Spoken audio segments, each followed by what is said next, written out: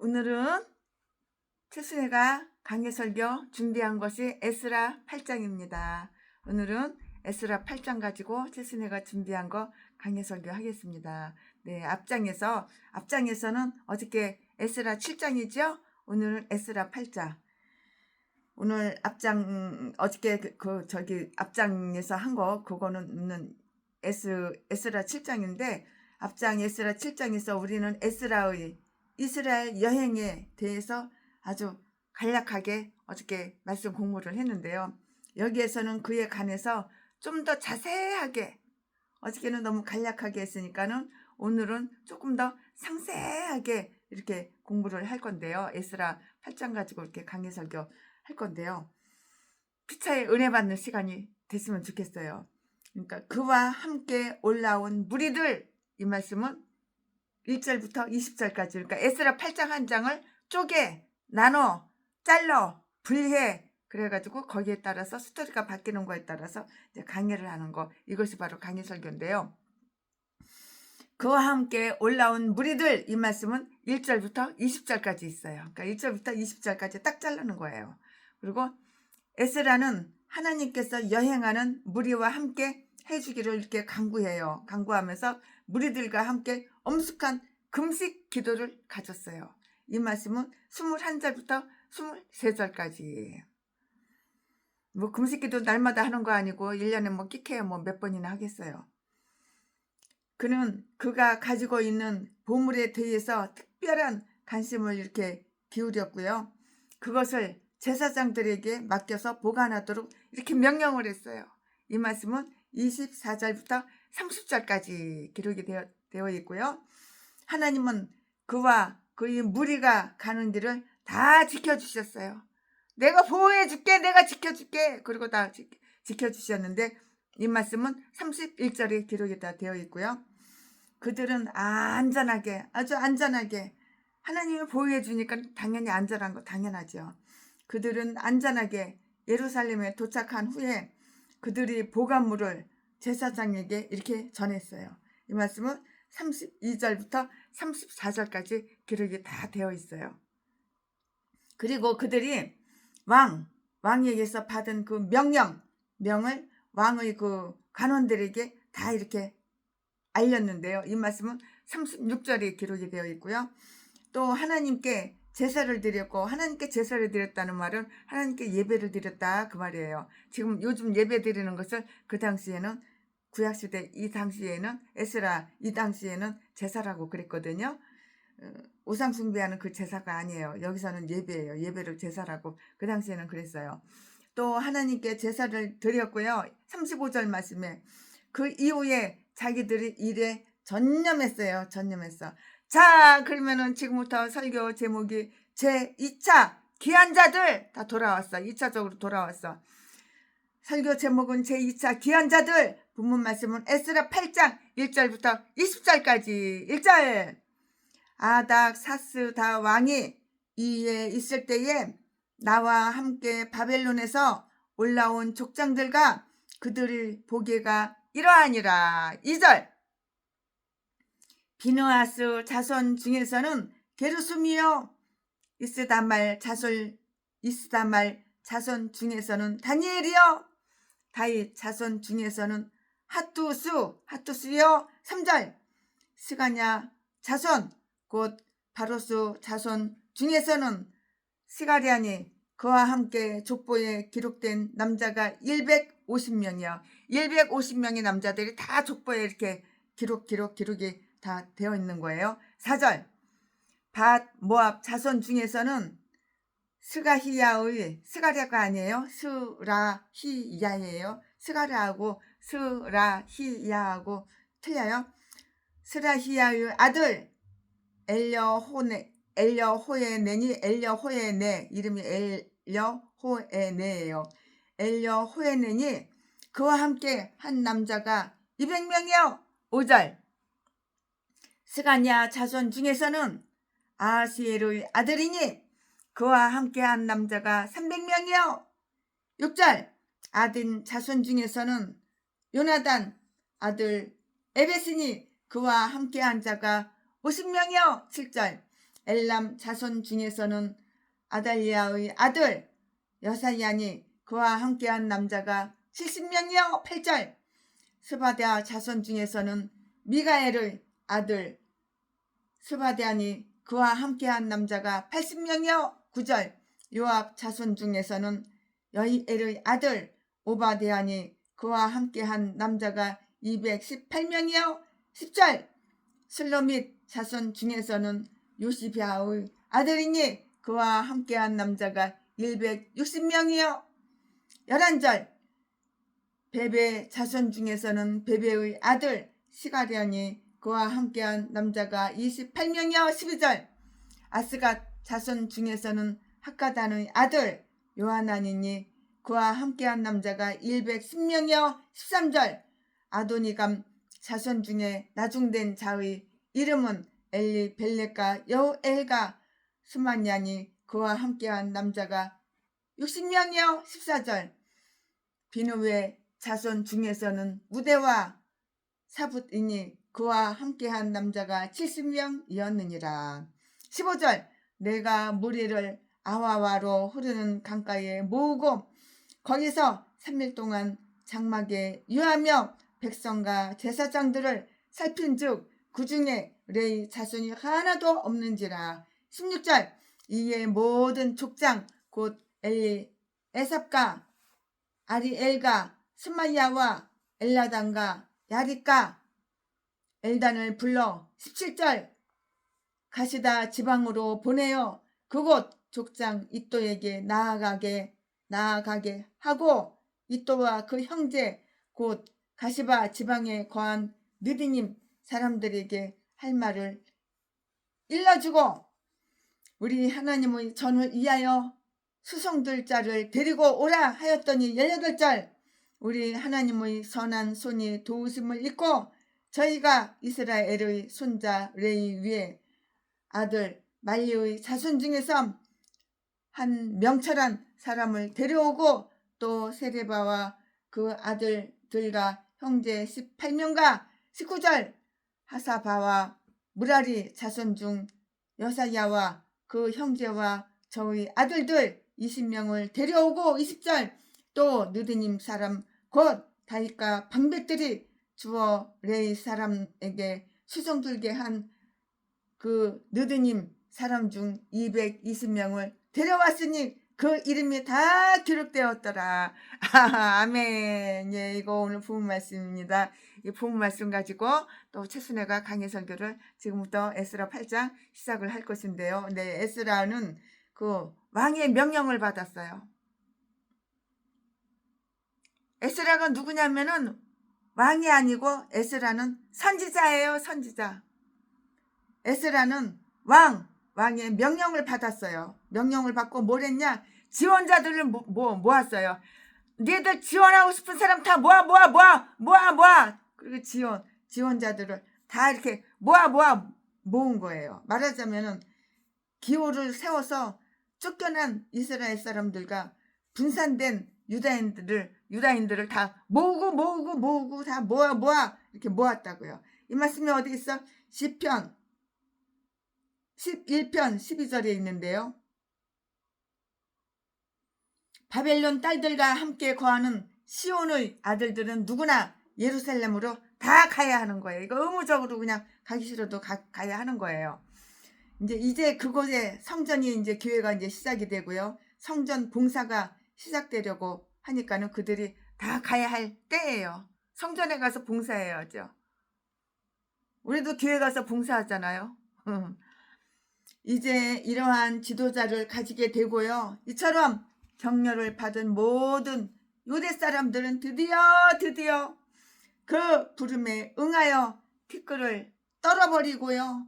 그 목의 줄을 스스로 풀어야 할 이사야서 52장 1절 2절 이하의 말씀에 때가 왔다고 누구나 다 쉽게 생각을 할 것인데요. 이러한 얘기를 듣고도 과연 얼마나 많은 사람이 있겠는지 의문스러운 거예요. 의심이 가는 거예요. 그러나 많은 사람들이 남아 있었어요. 많은 사람들이 남아 있었다고요. 그들은 믿음보다는 그들의 그 안위, 안위를 더욱 사랑했고요. 믿음보다는 안위함, 편안함, 게으름, 나태함 이런 거 그들이 안위를 더욱 사랑했고요. 그리고 현지에 있는 그곳에서 편안하게 지낼 것을 희망했어요. 인간들은 그때나 지금이나 편안한 걸 좋아해. 힘들고 불편한 거 어려운 거 싫어해. 나부터라도 편안한 거 좋아해. 참 그곳에서 편안하게 지낼 것을 이렇게 희망을 한 거예요. 편안하게 지낼 것을. 그리고 그들은 예루살렘이 그들에게 좀 더 나은 조건을 마련해 주지 못하리라고 이렇게 믿었거나 또는 어떤 어려움이라도 견디며 그곳으로 가려는 용기가 없었던 것이에요. 이제는 남한에서 편안하게 살 거를 꿈꿔야 돼. 이제는 중국하고 북한하고 똑같이 됐어. 간첩새끼가 공산당 빨갱이 간첩새끼가 나라를 그렇게 만들었어.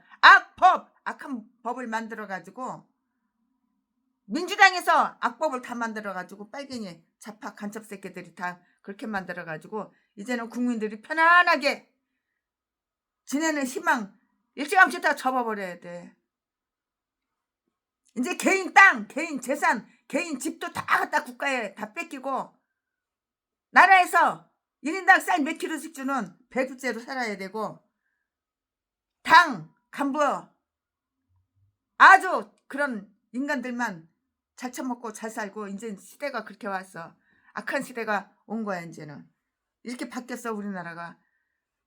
옛날에 윤석열 대통령이 그리운 거야. 박정희 대통령이 그리운 거야. 그렇게 박근혜 대통령이 그리운 거야. 이제 그런 시대는 지나갔어 이제. 그러나 여기에는 또 이러한 이 황창년 이거 파퍼 최씨 이런 신부 이 똥개 새끼들도 다 빨갱이 한패가 돼가지고 다 좌파가 돼가지고 간첩새끼 간첩년들 다 그렇게 돼가지고 나라가 이렇게 돼 꼬라지가 이렇게 돼버렸어. 기꺼이 에스라와 함께 가고자 하는 자들도 이렇게 있었는데요. 여러 족장들의 이름이 영예롭게도 여기에 다 기록이 되어 있어요. 그리고 각 족속에서 온 남자들의 수연은 모두 1496명이었어요. 그 남자들이 2명의 제사장의 이름이 나와 있고요. 다윗의 자손의 이름도 1명 이렇게 적혀 있어요. 2절 말씀에. 그러나 그들은 가족을 데리고 오지는 않았는데요. 아마도 그들은 먼저 예루살렘의 형편을 싹 이렇게 미리미리 살펴 예루살렘의 형편이 어떻지? 예루살렘의 그 형편을 싹 이렇게 살핀 후 가족을 불러오거나 아니면 아주 불가피한 그런 경우에는 그들에게로 이렇게 되돌아가려고 이렇게 했던 것이에요. 공산주의에서 살기 싫으면 이제 또 우리는 인민 가야 돼. 다른 나라로 인민을 가야 돼. 남한이 북한하고 이제 거의 이제 삐까삐까하게 되려고 그러니까. 우리가 2장에서 읽은 바 있는 족속 또는 가족들의 이름 여러 개가 다시 열거되어 있는데요. 그 당시에 몇몇 사람들이 다 올라갔고요. 이제 하나님께서 그들의 마음을 움직이시자 더 많은 사람들이 이렇게 올라갔다고요. 어떤 자들은 제3시, 제3시의 포도원으로 부름을 이렇게 받았고요. 또 어떤 자들은 제11시에 이렇게 부름을 받았는데요. 후에 온 자들도 거절당하지 않았어요. 나중에 온 사람들도 거절당하지 않았다고요. 그러나 오늘 본문에는 우리는 아도니감 자손 중에 나중된 자에 관한 기사가 다 있는데요. 13절 말씀에 그런데 그들이 맨 마지막으로 에스라의 그 부름에 응했고요. 그들의 수치라고 이렇게 생각하는 자들도 당연히 있어요. 수치야 수치. 창피해 쪽팔려. 그들이 수치라고 생각하는 자들도 있는데요. 그러나 최순애 목사는 이렇게 개인적으로 강의 설교 요거 준비하면서 오히려 그것을 그들이 영예로 이렇게 보고 싶은 마음이 있어요. 왜 그러냐고요? 그 이유가 있는데요. 이제는 그 족속의 아들이 모두 다 돌아왔잖아요. 돌아왔으므로 그곳에 남아있는 자가 하나도 없게 되었기 때문이에요. 이유가 바로 그거예요. 다른 이유 없어요. 아들과 함께 갔던 레위 사람들은 어느 모르는 성전 봉사를 할 수밖에 없도록 그렇게 압력을 받았죠. 남자들이 힘도 더 세고 기운도 더 좋고 그러니까는 성전 봉사를 할 수밖에 없도록 이렇게 압력을 받을 수밖에 없죠. 에이 김집사, 에이 이 등치 큰 남자, 이리 와, 와서 이거 해, 저거 해, 이거 들어 이렇게 했겠죠. 에스라는 이렇게 새해 정월 초하루에 그 무리를 일정한 곳에 이렇게 모이게 했는데요. 이 말씀은 7장 9절에 있고요. 그때 거기에서 그는 사람들을 잘 살피고 검열을 했어요. 검열을 했으나 이상하게도 그중 레위 자손이 하나도 없었어요. 레위 자손은 없는 거예요. 15절 말씀에 몇몇 제사장은 그러나 있었어요. 그런데 다른 레위 사람들은 하나도 없었어요. 다 어디로 갔을까요? 레위 사람들이 어디로 갔을까요? 하나도 없어요. 거룩한 지파의 영은 어디에 있는가? 어디에 있어? 어디로 갔어? 거룩한 지파의 영은 어디로 갔어? 어디에 있는가? 제사장 에스라가 선지자라고 그랬죠? 근데 제사장도 돼요. 제사장 에스라는 모세처럼 여호와의 수종들 자가 누구인가? 하고 이렇게 외쳤고요. 그들은 레위 사람답지 않게 이렇게 움츠렸고요. 양 우리에 거하면서 양떼의 소리를 듣기를 이렇게 원한 것이에요. 양떼의 소리를 듣고 싶어. 양 우리에 거하면서 양떼의 소리를 듣기를 원했다고. 우리는 그들이 바벨론에서 회당을 가지고 있었으리라 이렇게 짐작을 할 수가 있는데요. 그곳에서 그들은 기도하고 설교하고 안식일을 지켰고요.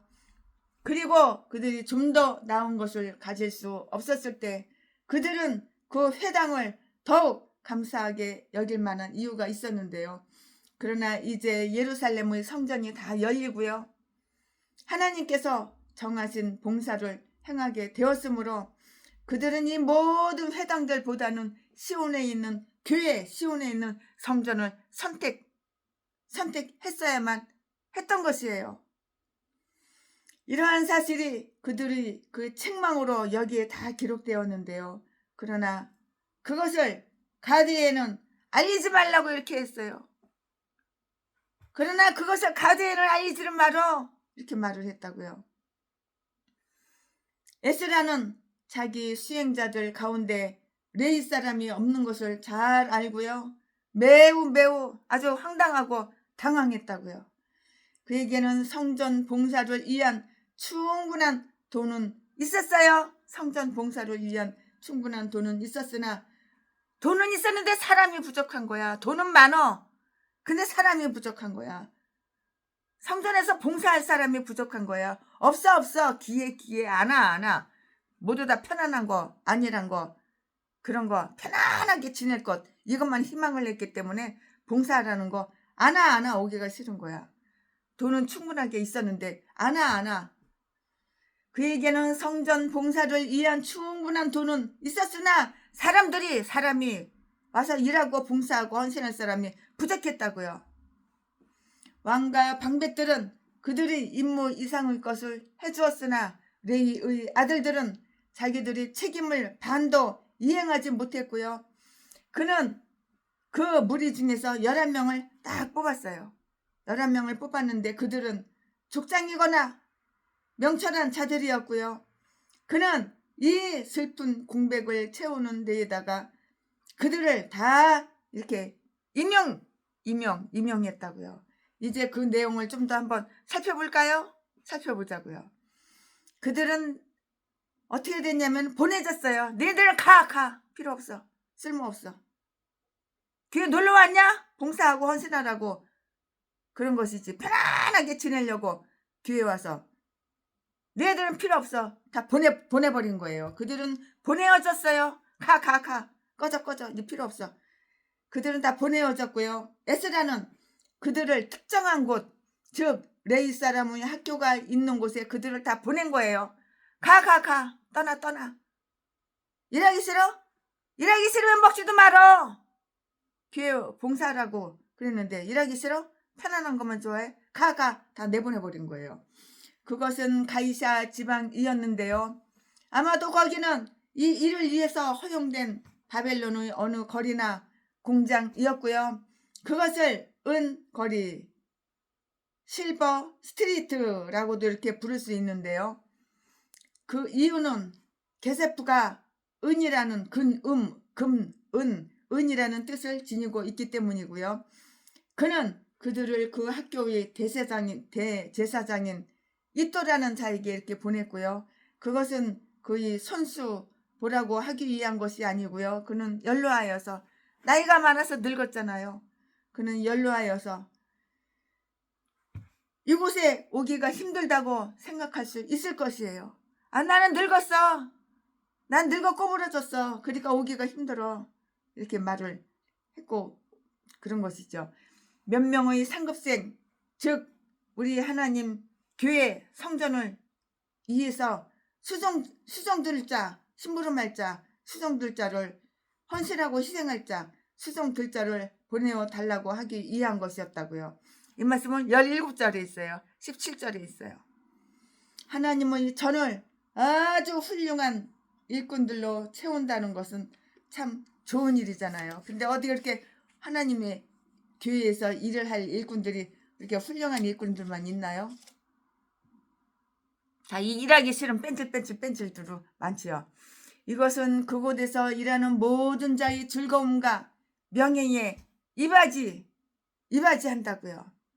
그들은 성공했어요. 그들은 무의미하게 돌아오지는 않았어요. 비록 그들이 받은 명령은 짧았어요. 그렇지만 그들은 에스라를 도울 레위 사람들을 40명쯤 이렇게 데리고 온 거예요. 같이 일하자 이거죠. 40명쯤 데리고 왔어요. 즉 매우 명철한 똑똑하고 명철한 자로 이렇게 주목되고 있는 세레바와 함께 18명을 또 데리고 왔고요. 18절 말씀에 하사바 여사야와 함께 20명을 또 데리고 왔어요. 19절에 자꾸 데리고 와. 이것으로써 그들은 가기를 싫어한 것이 아니고요. 아주 나태하고 부주의하여 단지 부름을 받고 재촉받기를 바라고 있었다는 것이 입증이 되었는데요. 단순히 촉구를 받은 일이 없기 때문에 훌륭한 자들이 훌륭한 일을 못했다면 그것은 얼마나 해석한 일인가. 그 신성한 학교의 종들인 느디님 사람들, 즉 성전 일을 맡은 사람들 가운데 가장 낮은 지위에 있는 자들이 이 레위 사람들보다도 더욱 아주 적극적으로 가고자 했음이 다 밝혀진 것이에요. 그리하여 급하게 이렇게 소집되어 가지고요. 220명이 또 왔어요. 막 소집하고 모집하고 막 그래가지고 급하게 모집하고 소집해가지고 220명이 또 온 거예요. 이들이 이름은 에스라의 점호 명부에 기록되는 영예를 이렇게 얻게 되었는데요. 20절 말씀에 이와 같이 에스라는 말을 했어요. 우리 하나님의 손이 우리에게 착한 마음, 착한 행동, 선을 베푸사 레위 사람들을 다 보내줬다 이거예요. 레위 사람들 안 보내줬으면 어쩔 뻔했어. 레위 사람들을 보내주셨다고요. 만약에 비워져 있던 목회자들이 그 자리가 채워졌다면 그것으로 인해서 하나님께 영광을 돌리자고요. 그리고 그들에게 그러한 봉사를 할 수 있는 권능을 주시고 그들이 마음을 움직이신 그 이후에 그들이 일할 기회의 문을 열어주신 하나님의 선하신 손을 인정하자고요. 여기 농촌교회, 어촌교회, 시골 촌구석, 바닷가 촌구석, 교회가 빈 데도 있어요. 마을이 빈 데도 있어요. 사람들이 다 그냥 도시로 다 빠져나가가지고 빈집이 너무 많아요. 한 늙은이들만 있으니까 70대, 80대, 90대 노인들 늙은이들만 있으니까는 늙은이들이 죽으니까는 그 늙은이들이 살던 그 집이 비어 있는 거예요. 사람들이 떠나니까 교회까지 비어요. 교회 와서 예배 드릴 사람이 1명, 2명밖에 없는 거예요. 아, 참. 그런 교회도 있어요. 바닷가 교회. 근데 그 교회를 팔려고 내놨더라고. 그 바닷가 교회 팔려고 내놨어. 그거 사면 뭐 하겠어요? 사람이 있어야지. 사람이 없어. 동네에 마을에 집이 몇 개 없어요. 다 이사가고 다 죽고. 젊은 사람들은 다 이사가고 다 떠나고 도시로 다 떠나고 늙은 사람들은 다 죽고. 죽는 사람들이 많아요. 송장들이 많이 나와요. 늙었으니까는 80대 90대 돼가지고 이제 죽을 때가 됐잖아요. 죽을 때가 지났잖아요. 그러니까는 죽는 사람이 많으니까 교회도 떠나고 학교도 다 이렇게 문 닫고. 참 젊은 사람이 없고 아이들이 없으니까, 애를 안 낳으니까 젊은 사람이 아예 없어요. 어쩌다가 젊은 사람 하나 있으면은 가서 보면은 너무 반가워서 뛰어가서 보면은 외국인이야. 외국인. 한국 사람은 없어. 그리고 유모차를 끌고 가가지고 너무 반가워가지고 애기 한번 보려고 쫓아가서 유모차를 뒤다 보면은 강아지 새끼야. 개새끼. 사람 새끼가 아니야. 개새끼야. 강아지 새끼야. 할머니 할아버지가 유모차를 끌고 가. 너무 반갑잖아. 손주가 혹시 어디서 애기가 왔나 해서 가서 쫓아가 보면은 강아지 새끼야. 강아지 새끼. 개새끼야. 개새끼. 사람이 아니야. 사람이. 멍멍이야. 멍멍이. 땡치리. 멍멍멍. 참 어떻게 세상이 이렇게 바뀌었어요. 이렇게 변했어요. 강아지 새끼 다 개새끼들이지 사람 새끼가 없어요. 사람 새끼가. 늙은이들은 이제 오늘 죽고 내일 죽고 오늘 내일 골골골골 하는 그런 노인네들만 있고. 참 그 땅이 그냥 넓지요. 그냥 비어있죠. 땅에다 와서 뭐 심어도 되죠. 그리고 과일나무를 갖다가 많이 심어놨는데 과일 누가 따먹는지 누가 관리를 안 하니까 벌레 다 먹고 그래요. 참 농촌 어촌은 우리나라 대한민국 농촌 어촌은 그렇게 시들어가고 있습니다. 시내는 안 그렇지만은 농촌 어촌 변들이 총구석은 그래요. 여기 바닷가 마을, 최순애가 살고 있는 바닷가 마을, 최순애가 살고 있는 총구석 마찬가지예요. 에스라의 아멘. 지금부터는 설교 제목이 바뀌어요. 본문 말씀이 바뀌어요. 지금부터 설교 제목은 에스라의 금식기도. 드디어 에스라가 금식기도를 하는 거야. 이제 이렇게 해도 힘들어 저렇게 해도 힘들어. 금식기도밖에 더 있어. 기도하면 하나님은 다 응답해 주시니까. 자, 지금부터 설교 제목은 에스라의 금식기도. 지금부터 본문 말씀은 에스라 8장 21절부터 23절까지. 21절 21절 때에 내가 아하와 강가에서 금식을 선포하고 우리 하나님 앞에서 스스로 겸비하여 우리와 우리 어린 것과 모든 소유를 이하여 평탄한 길을 그에게 간구하였으니. 22절 그는 우리가 전에 왕에게 고하기를 우리 하나님의 손은 자기를 찾는 모든 자에게 선을 베푸시고 자기를 배반하는 모든 자에게는 권능과 진노를 베푸신다 하였으므로 길에서 적군을 막고 우리를 도울 보병과 마병을 왕에게 구하기를 부끄러워 하였음이라. 23절 그러므로 우리가 이를 위하여 금식하며 우리 하나님께 간구하였더니 그 응낙하심을 입었느니라. 아멘. 이거 오늘 본문 말씀입니다. 이 본문 말씀 가지고 또 이어서 강의 설교를 쭉쭉쭉쭉 하겠는데요. 네, 에스라는 그와 함께 이를 수행해 나갈 레위 사람들을 이렇게 얻었어요. 참 사람이 귀해요. 일꾼이 귀해요. 일꾼이. 교회에 와서 일할 일꾼이 귀해요. 그러나 하나님께서 그와 함께 하지 않으신다면 그것이 무슨 유익이 있겠는가? 아무런 유익이 없지요. 그러므로 이것이 그의 주요 관심사였고요. 우리는 모든 일에서 하나님의 역사를 시인해야 하고요. 그리고 인간들 가운데 있는 그의 나라의 권세를 위해서 일하고자 할 때는 더욱 그러하다고요. 에스라도 여기에서 이것처럼 이렇게 행했어요.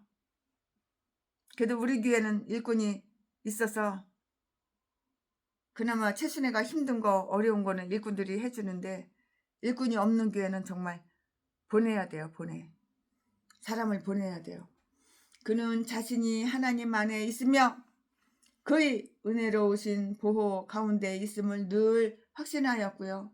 그는 왕에게 자기는 어떤 원칙에 입각하여 일을 행한다는 것을 다 알렸어요. 가르쳐줬다고요. 이 말씀은 어디에 있어? 22절에 있어요. 하나님을 구하는 자들은 그의 날개 그늘 아래에서는 아무리 큰 위험이 닥치더라도 안전하고요. 하나님을 버린 자들은 그들이 가장 안전하다고 이렇게 느낄 때까지도 아주 쉼없이 공격을 받고 있다는 것이 바로 그 원칙이었어요. 그 원칙. 하나님의 종들은 그의 권능을 힘입어서 행하나 하나님의 적들에게는 그것을 대적한다고요. 대적해요. 이것을 에스라는 진심으로 믿었고요. 그것을 왕 앞에서 입으로 시인을 했고요. 그러므로 그가 왕의 호의를 청하는 것은 아주 부끄러운 일이었어요. 그가 그렇게 하면 왕과 그 주위에 있는 자들에게 하나님의 백성을 도우시는 하나님의 그 능력과 그 권능에 대해 에스라의 신뢰의 하나님에 대한 의심을 불러 일으킬 것이기 때문이에요. 이유가 바로 여기 있는 것이에요. 하나님을 의뢰하여 그 안에서 승리하는 자들은 피조물에게 보호를 구하는 것을 아주 부끄럽게 여길 것이고요. 자기 자신들의 그 안전을 위해서 아주 비열한 수단을 쓸 때는 더욱 그렇게 느끼는 것이라고요. 더욱 그렇게 느낄 것이라고요. 왜냐하면 그것은 자기 자신들의 신념의 모순이 되는 일이기 때문이에요. 자기 자신의 신념의 모순이 되는 일이기 때문이라고요. 다 이렇게 이유가 있는 것이에요. 이것 때문에 저것 때문에, 이것 때문에 이렇고 저것 때문에 이렇고 다 이렇게 이유가 있는 것이에요. 하나님을 의뢰하는 자들은 자기들의 보호를 위해서 온당한 방법만을 취해야 하지만 그렇게 하는 것을 아주 부끄럽고 창피하게 여길 필요가 없는 것이에요. 부끄럽게 뭐가 부끄러워? 창피하게 뭐가 창피해? 그러나 하나님의 영예에 관한 일이 일어났을 때는 하나님의 영예를 침해하는 그 어떤 일을 행하기보다는 아주 그냥 차라리 자기 자신을 버리려고 이렇게 할 것이라고요. 우리가 우리의 생명보다도 나의 하나님, 우리의 하나님의 영예는 더, 하나님의 영예 더 귀중하기 때문이에요. 비교가 안 되죠. 십자가를 내가지고 하나님께 영광만 돌려드리는 거야. 십자가를 내가지고 하나님께 영광만 돌려드리는 거야.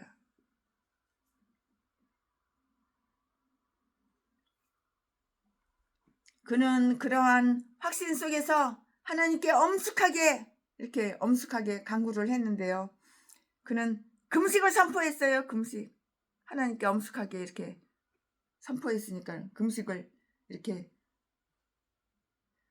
그는 금식을 선포했고요. 21절 말씀에 물론 그는 이 일을 생각할 때부터 이 일에 대한 지시를 하나님께 간구했어요. 그러나 공적인 자비를 구할 때는 공적인 기도를 행해야 하고요. 공적인 이안에 참여할 자들은 모두 그런 이안을 구하는 데에도 동참하게 되는 것이에요. 그들이 금식 기도는 그들이 겸비를 아주 겸손한 겸비를 표하는 것이었고요. 그가 이것을 선포한 의도와 뜻은 우리 죄에 대하여 우리 하나님 앞에서 스스로 겸비하여 죄를 용서받을 자격을 얻기 위함이었다고요. 우리가 내 인생, 우리가 삶의 그 새로운 상황에 들어오게 되었을 때 우리는 이전 생활의 죄를 그 속에 들여오지 않도록 이렇게 조심을 해야 하는 것이에요. 우리가 절박한 위험에 처했을 때 먼저 하나님과의 화목을 확고하게 하자고요. 내가 만약에 절박한 위험에 처했어? 그러면 하나님을 생각해 봐야 되는 거야. 하나님하고 나하고 원수지간인가? 화목한가? 하나님과 나 사이에 관계가 좋은가? 관계가 나쁜가? 화목한가? 그런 거를 먼저 생각을 해봐야 돼요.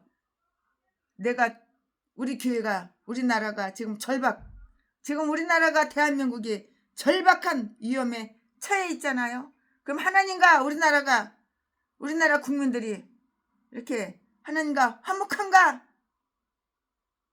화목할 사람 몇이나 돼? 이 신부 새끼들 봐봐. 원수지간이지. 이 새끼들이 예수 믿는 사람이야? 최일도 이 새끼도 예수 믿는 사람이야? 바퍼 이 새끼도? 지 돈으로 지가 쌀싸가지고 바퍼줬어? 여기저기 후원 받아가지고 최신에도 물론 후원했지만 요즘은 안 하지만 후원한 걸 후회하고 있지만 먼저 하나님과의 화목을 확고하게 하자고요. 그러면 우리는 참 안전한 것이에요. 내가 하나님과 화목할 때 나는 안전한 거야. 우리나라가 하나님과 화목할 때 우리나라는 안전한 거야. 화목하지가 못하니까는 이렇게 위험에 처해진 것이라고. 좌파 빨갱이 개목사들이 얼마나 많아. 바글바글하지. 좌파 빨갱이 간첩 새끼들 신부들이 얼마나 많아. 거의 다지. 그러니까 우리나라가 이렇게 절박한 위험에 처해 있는 것이라고. 우리가 절박한 위험에 처했을 때 먼저 하나님과의 화목을 확고하게 이렇게 하자고요. 그러면 우리는 안전한 것이에요. 하나님과 화목할 때 하나님과 화목할 때 우리나라가 안전한 거야. 왜냐고요? 우리에게 진정 해치는 거, 피해를 받는 거, 해치는 거, 해가 되는 것은 없기 때문이에요. 그들의 강구를 촉구하기 위한 것이었고요. 기도는 항상 경건한 금식에 따라가게 마련이고요. 그들이 은총의 보좌에 이렇게 상정한 것은 평탄한 길을 하나님께 간구하는 것이었고요. 즉 거룩한 하나님의 섭리의 인도하심에 자신을 맡기고요. 하나님의 보호 아래 자신을 이렇게 맡기는 것이었어요. 내 자신을, 우리나라를 하나님께 맡깁시다. 그리고 그들의 행로를 인도하시고요. 지켜주시고요. 그 목표에 안전히 다다르게 해주실 것을 이렇게 하나님께 기도하고 금식하고 기도하고 하나님께 간구하는 것이라고요. 1월 1일날 금식 안 하는 사람이 어디가 있어? 목사님들 거의 다 90% 이상이 다 금식을 하지. 단 하루라도 금식하지. 최근에는 수십 년을 해왔기 때문에 일주일 금식하지만 3일 금식하는 사람들도 얼마나 많아. 목사님들이 1월 1일, 2일, 3일 이제 금식 기도도 다 끝나고 쌀 한 공기 넣고 물 한 바가지 넣고 푹푹 끓여가지고 우리 목사님께서 주신 거 그거 김치 건더기는 못 먹고 국물하고 그냥 그렇게 해서 그냥 때우는 거지. 하나님께 간구하는 것이었는데요. 그들은 그 길에 낯설었고요. 원수 적의 나라를 지나가야 했고요. 그들의 조상들과는 달리 그들을 인도할 구름 기둥과 불 기둥도 없었던 것이고요. 그러나 그 대신 하나님의 권능과 은혜 그리고 그의 천사들의 원조가 그들을 인도할 것이라고 이렇게 믿고 있었던 것이에요. 그리고 기도로 하나님의 도움을 간구했는데요. 우리 자신과 가족 그리고 재산에 대한 모든 염려는 기도로서 하나님께 맡겨 모든 근심을 떨쳐버리는 것이 하나님께 맡길 때 내 근심이 떨쳐버리는 거예요. 하나님께 맡기지 않고 내가 이거 가지고 이 문제 가지고 근심하고 전 문제 가지고 근심하고 그러면 못 살아. 피말려. 최순애도 어저께 세입자 300만 원 갖다 줘야 되는데 1000만 원 갖다 주고 700만 원 더 주고 이런 미친 짓 했는데 미쳐버려. 그냥 하나님께 맡겨. 그냥 죽이 되든 밥이 되든 맡겨버려. 그냥. 그리고 재산에 대한 모든 염려는 기도로써 하나님께 맡겨. 하나님께 맡겨. 모든 근심을 떨쳐버리는 것이 참 지혜로운 일이에요. 하나님께 맡겨. 이거 얼마나 지혜로운 일이에요. 내 새끼가 어디 가서 교통사고 나서 죽지는 않을까.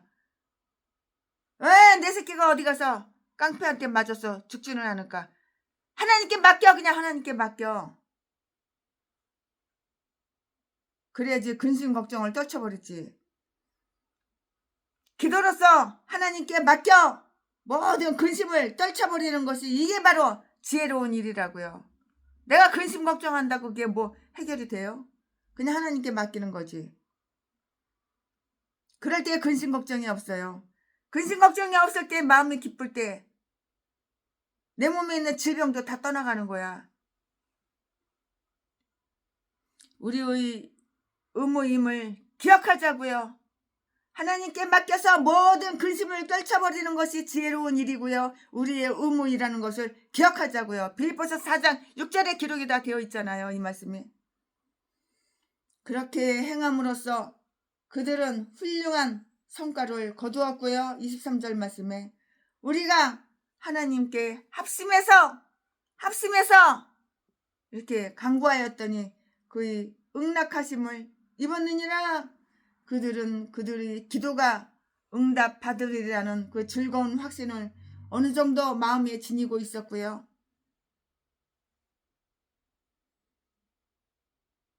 그 결과가 그것을 다 증명해주고 있어요.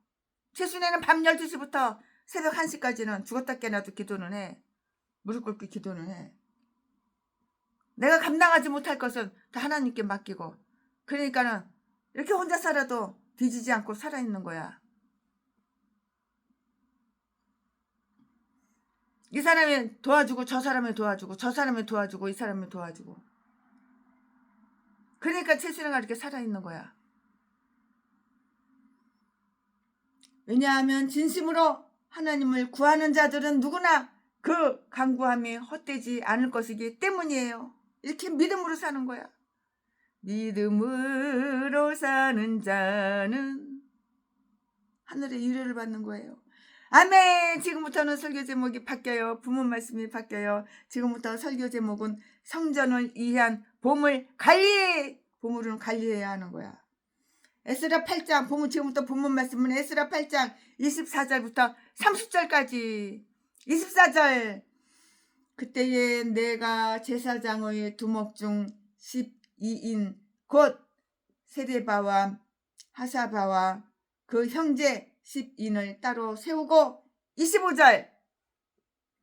저희에게 왕과 모사들과 방백들과 또 그곳에 있는 이스라엘 무리가 우리 하나님의 전을 위하여 드린 은과 금과 기명들을 달아서 주었으니. 26절. 내가 달아서 저희 손에 준 것은 은이 650달란트요 은 기명이 100달란트요 금이 100달란트며. 27절. 또 금잔이 20개라 중수는 1000다리기요 또 아름답고 빛나 금같이 보배로운 눕구르기 2개라. 28절. 내가 저희에게 이르되 너희는 여호와께 거룩한 자요 이 기명들도 거룩하고 그 은과 금은 너희 열조의 하나님 여호와께 즐거이 드린 예물이니. 29절. 너희는 예루살렘 여호와의 전 골방에 이르러 제사장의 두목들과 레위 사람의 두목들과 이스라엘 족장 앞에서 이 기명을 달기까지 삼가 지키라. 30절. 이에 제사장들과 레위 사람들이 은과 금과 기명을 예루살렘 우리 하나님의 전으로 가져가려 하여 그 중수대로 받으니라. 아멘. 예, 이거 본문 말씀입니다. 이 본문 말씀 가지고 이제 나머지 강의 설교 얼마 안 남았는데 마저 하겠습니다. 네, 우리는 여기에서 에스라가 그에게 맡겨진 기중품, 아주 소중한 그 기중품에 특별한 관심을 기울이는 것을 우리는 배울 수가 있고, 이 성경을 에스라 이거 성경 지금 이거 본문 말씀 에스라 이거를 읽을 수가 있어가지고 지금 읽었잖아요. 본문 말씀 읽어드렸잖아요. 그런데 기중품은 하나님의 지성소에 속한 것이었는데요. 그럼 다음을 한번 살펴볼까요? 기중품 한번 살펴보자고요. 그 기중품의 보호를 하나님께 의뢰한 후 그는 그것을 어떤 특정한 자들에게 맡겨 지키게 했는데요. 그들의 직책은 그것을 감시하는 일이었고요. 하지만 하나님 없이 그들이 그것을 지킨다는 것은 헛방이에요. 헛된 일이라고요.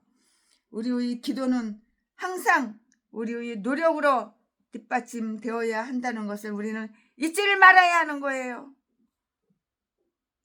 이런 거 잊으면 안 되는 거예요. 잊지 말아야 하는 거예요. 따라서 예수 그리스도의 복음과 그의 기도와 예배에 대한 그 배려를 예수 그리스도에게만 맡기지 말고 또한 아주 충성된 사람들한테 부탁도 이렇게 해야 되는 거예요. 부탁을 해야죠. 최순애도 힘들고 어려울 때 충성된 우리 장로님, 전도사님, 권사님들, 집사님들 이렇게 공장에 가가지고 부탁을 해요. 그러면 최순애가 말 한마디 하면 부탁을 그 자리에서 바로 제깍 다 들어주세요. 그러니까 공장이 잘 되는 거야. 그러니까 금융공장이 잘 되는 거야. 디모데후서 2장 2절 말씀에 그러니까 일본에서 오다를 막 따오는 거야. 다른 금융공장은 문 닫아. 오다를 못 따와서. 그러나 우리 금융공장 일본에서 오다를 막 따오는 거야. 이렇게 축복 기도를 많이 해주는데 그러면 오다를 안 따오겠어? 디모데후서 2장 2절 말씀에 그러니까 최순애가 부탁한 거는 그 사장님이 하늘이 무너져도 최순애 부탁은 다 들어주셔. 그들이 가지고 있는 모든 물품들을 보존해 주시기를 하나님께 간구한 이후에 그는 손수 하나님의 전에 속한 것과 하나님께 바치는 봉헌물에 대해서 아주 특별한 관심을 기울이고 있음을 이렇게 다 보여주고 다 이렇게 보여주었다고요. 우리는 하나님께서 당신의 섭리로 우리에게 속한 것들을 지켜주시기를 기대하는가? 오히려 하나님의 은총을 입어서 하나님께 속한 것을 우리가 지키도록 이렇게 하자고요. 하나님의 영예와 이익이 우리의 관심이 되도록 해보자고요. 그러면 우리는 우리의 생명과 즐거움이 그의 것이 될 것을 이렇게 기대할 수가 있는 것이에요. 그럼 다음을 한번 살펴볼까요? 그가 하나님의 전의 봉헌물을 전달해 준 사람들, 그는 12명의 그 두목 제사장들과 또 그 많은 수의 레위 사람들을 지정하여 이것을 맡도록 이렇게 시켰는데요. 24절 30절 말씀에 그들은 직책상 하나님의 물건들을 이렇게 다 돌보아야 했고요. 특별한 의미에서 이 거룩한 헌물의 혜택을 입은 자들이었는데요. 에스라는 왜 그가 이것들을 그들이 손에 두는지를 다 알려주었어요. 다 가르쳐줬어요. 이 말씀이 어디 있어? 28절에 있어요. 너희는 여호와께 거룩한 자요. 이 기명들도 거룩하고요. 그러니 거룩한 물건을 돌보기에 합당한 자가 거룩한 자들 외에 누가 또 있겠는가? 누가 있어? 제사장의 권위와 영예를 지닌 자들은 제사장직의 책임과 의무도 함께 다 이렇게 지녀야 하는 것이에요. 선지자는 하나님의 백성과 하나님의 일꾼들이 바벨론에서 돌아온 것을 예언하면서 다음과 같이 엄숙한 충고를 이렇게 다 하고 있어요. 이사야서 52장 11절 말씀에 기록이 다 되어 있고요. 여호와의 기구를 매는 자여 스스로 정결케 할지어다. 네가 여호와의 기구를 매는 자지, 너 스스로 네가 너를 정결하게 하라고. 생각이 정결하고 마음이 정결하고, 생각이 정결해, 마음이 정결해, 행동이 정결해. 이게 눈에 보는 것도 정결하고 말하는 것도 정결하고, 이렇게 정결하게 하라고. 스스로 여호와의 기구를 매는 자여 스스로를 정결케 할지어다. 그는 이 위탁물을 그들이 손에 줄 때 매우 정확성을 이렇게 기했는데요. 그는 은과 금과 기명들을 달아서 주었고요. 25절 말씀에 왜냐고요? 왜냐하면 그는 그들로부터 다시 그 중량대로 거두어 드리기를 기대했기 때문이었고요. 모든 위탁물에 있어서, 특히 거룩한 것에 있어서는 아주 정확해야 하고요. 양방이 올바른 협약을 가지고 있어야 하고요. 스룹바벨 시대에는 기명들을 수효대로 이렇게 나누어 줬는데요. 여기에서는 무게대로 나누어 주게 되었어요. 무게를 달아보고 무게대로 이렇게 나누어 주는 거예요. 무게를 딱 저울에 달아봐. 그리고 무게대로 이렇게 저렇게 나눠주는 거야.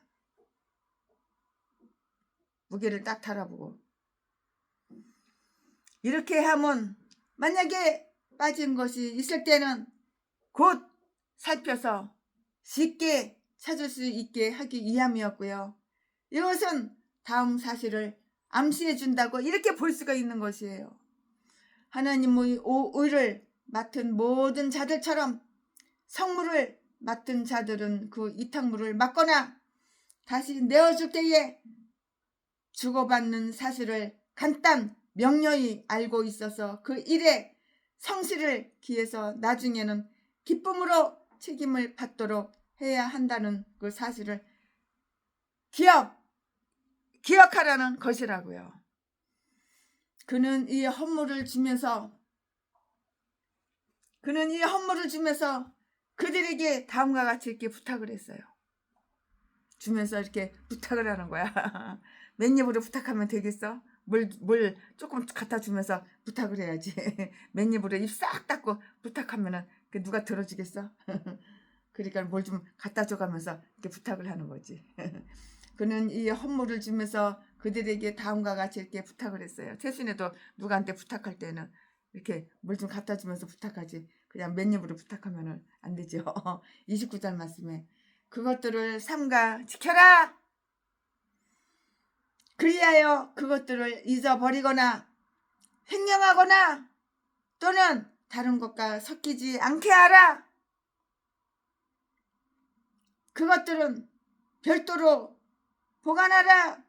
즉 그것들이 한때 이렇게 놓아라. 그리하여 성전에 있는 두목들이 성전에다 그것을 달 때까지 안전하게 보관하라는 것이고요. 이것은 그 물건들을 얼마나 조심스럽게 성실하게 보관해야 하는 것인가, 그렇게 한다는 것이 얼마나 그들에게 영예로운가를 이렇게 암시를 하고 있는 것이에요.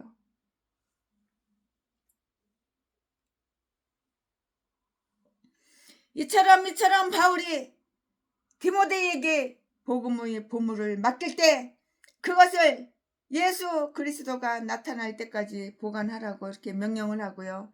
예수 그리스도가 나타날 때 그것을 흠없이 보존하면 그의 충성으로 면류관을 받게 되리라고 이렇게 말을 한 것이에요. 충성으로 이렇게 면류관을 받게 된다고요. 아멘. 지금부터 설교 제목이 바뀌어요. 본문 말씀이 바뀌어요. 지금부터 설교 제목은 예루살렘에 당도한 에스라. 지금부터 본문 말씀은 에스라 8장 31절부터 36절까지 31절 정월 12일에 우리가 아하 와강을 떠나 예루살렘으로 갈새 우리 하나님의 손이 우리를 도우사 대적과 길에 매복한 자의 손에서 건지신지라.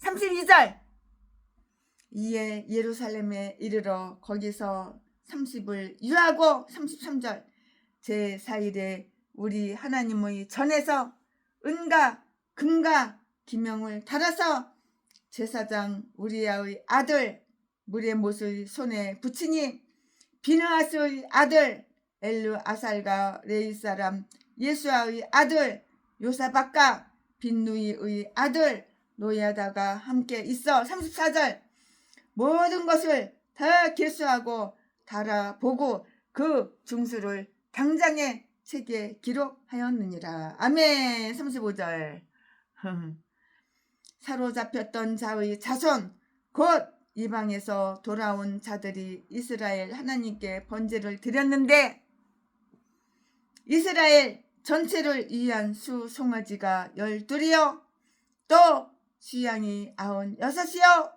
어린 양이 77이요 또 속죄제의 수 염소가 12이니 모두 여호와께 드린 번제물이라.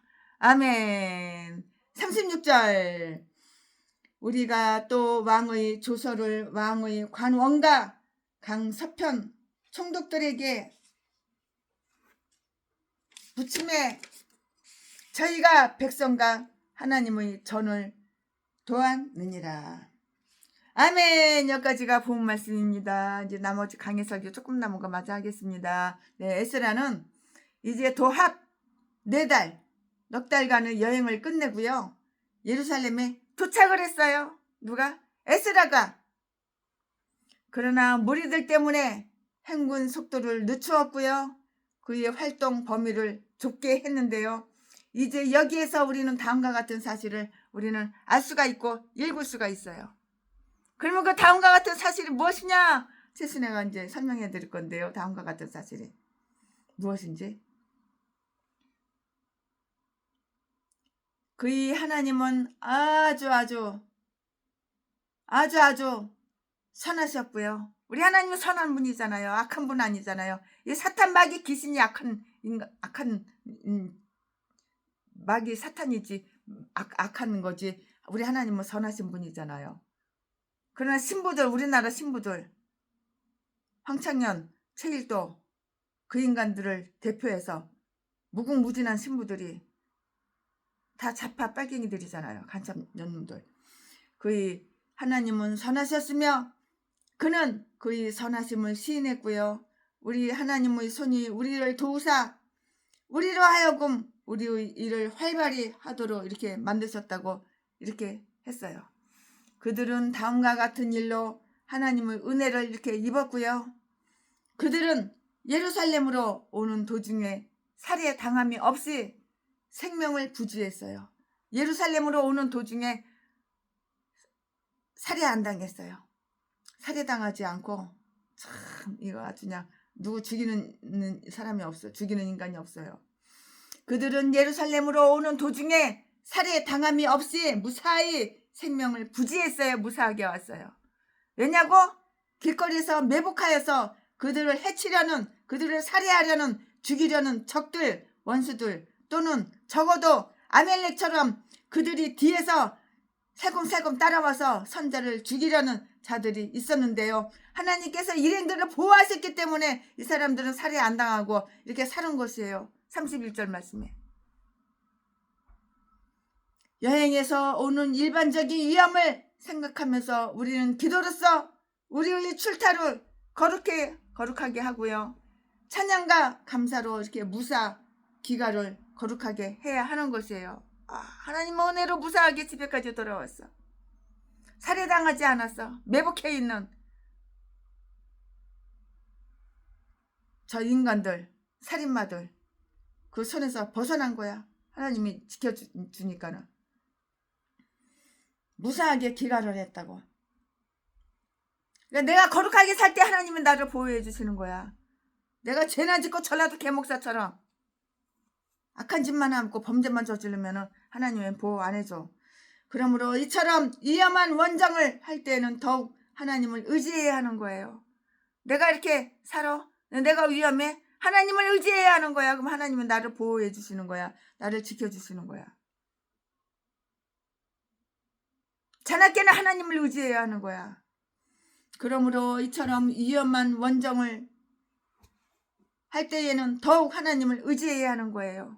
내가 먼 길을 갈 때, 돌아왔을 때 하나님을 의지해야지 하나님 나를 지켜주는 거라고요. 그들은 안전히 여행을 끝냈어요. 이 말씀은 32절에 있고요. 꾸준히 새 예루살렘을 향하는 자들은 시온에 있는 하나님 앞에 나타날 때까지 그 목표를 잃지 않고 나가도록 하자고요. 그러면 선한 사업을 시작하신 분이 그것을 완성하는 것을 그들이 다 보고 또 보고 이렇게 보게 될 것이기 때문인 것이에요. 에스라의 기종품을 맡은 자들은 성실했고요. 그들이 예루살렘에 당도하자 즉시 보관물을 이렇게 내놓았고요. 그러므로 그들은 기종품을 성전 두목들에게 다 바쳤고요. 두목들은 그들에게서 그것을 인수하고요. 영수증을 다 줬는데요. 33절 34절 말씀에 이탁물을 돌려준다는 것은 매우 홀가분한 일인데요. 그리고 아주 성실하게 보관했다가 돌려주게 된다는 것은 그 사람의 이름을 매우 영예롭게 이렇게 영예롭게 하는 일이라고요. 그런 동료들은 믿음이 아주 좋았어요. 믿음이 상당히 좋았어요. 그는 동료들은 믿음이 아주 깊었다고요. 하나님을 믿는 믿음이 깊었다고요. 믿음이 좋았다고요. 그들이 제단 가까이에 오게 되자 바벨론에서는 무엇을 행했는지 간에 곧 제물을 바쳐야겠다고 이렇게 생각을 했는데요. 35절 말씀에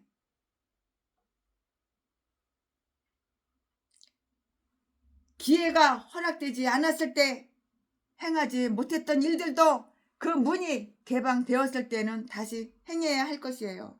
그럼 다음과 같은 사실들을 또 주목할 만한데요. 한번 주목해 볼까요? 그들이 드린 제물 가운데는 뭐가 있었냐? 속죄제가 있었어요. 속죄제. 그것은 우리에게 베풀어지는 모든 긍휼을 확고히 하고요. 깨끗하게 하는 속죄물로서 우리가 죄악을 떨쳐버리고요. 하나님과의 그 화목을 이루지 않는 한 우리는 진정으로 안락할 수가 없는 것이에요. 그들이 바친 제물의 수여는 지파의 수와 다 관련이 되어 있었어요. 즉 수송아지 12마리, 수 염소가 12마리, 한 타스에 한 타스. 수송아지가 한 타스 12마리고 수염소가 한 타스 12마리야. 그리고 수양이 96마리, 96마리. 즉 12의 8배였다고요. 이것은 예언된 대로 두 나라가 연합한 것을 암시하고 있는 것이에요. 에스겔서 37장 22절에 그렇게 기록이 되어 있고요. 그들은 더 이상 이 지파와 10지파로, 두 지파와 10지파로 이렇게 나누어 있지 않았고요. 12지파의 각 대표들이 제단에 모두 다 이렇게 모여 이렇게 모이게 된 것이에요. 유대인의 적들마저도 그들이 친구가 되어서 에스라의 명령에 복종을 했어요. 그리고 하나님의 백성들을 방해하기는커녕 순수하게 왕의 명령을 쫓아서 그들을 도왔다고요. 최순애도 우리 선배 목사님, 훌륭한 선배 목사님, 저 종로가에 계신 훌륭한 선배 목사님, 최순애한테 명령을 하면 최순애는 무조건 조건 없이 복종하고 순종하고 따라요. 36절 말씀에 왕이 온건한 태도를 취했을 때 그들도 역시 아주 열심으로 그렇게 행했다고요. 그리하여 교회가 아주 평안해진 것이에요. 그러기 때문에 교회가 이렇게 평안해진 거예요. 교회가 평안해졌을 때는 그만한 이유가 있는 거예요. 자, 지금까지 최신의 목사가 오늘 에스라 8장 강해 설교 준비한 것은 여기까지가 끝입니다. 자, 지금부터는 무리변에서 포도주가 되어봅시다. 예수님이 말씀하시니 물이 변하여 포도주 됐네.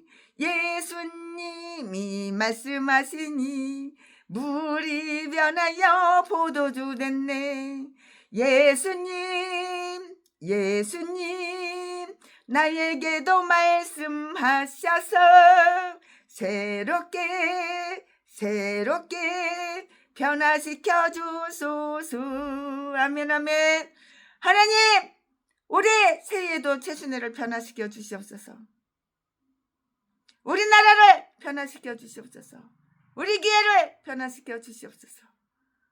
우리 교회 성도님들을 변화시켜 주시옵소서. 최순애가 알고 있는 모든 지인들, 훌륭한 목사님들, 고마우신 목사님들 다 변화시켜 주시옵소서.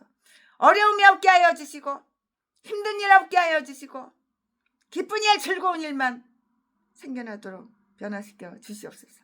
내가 먼저 변화되어야 돼. 4절 예수님이 말씀하시니 거친 바다가 잔잔해졌네. 예수님이 말씀하시니 거친 바다가 잔잔해졌네. 예수님 나에게도 말씀하셔서 새롭게 변화시켜 주소서. 아멘 아멘. 변화시켜 주세요. 변화시켜 주세요. 하나님, 이 인간을 변화시켜 주세요. 아멘. 최순애가 에스라 8장 강해 설교 준비한 것은 여기까지가 끝입니다. 사랑합니다.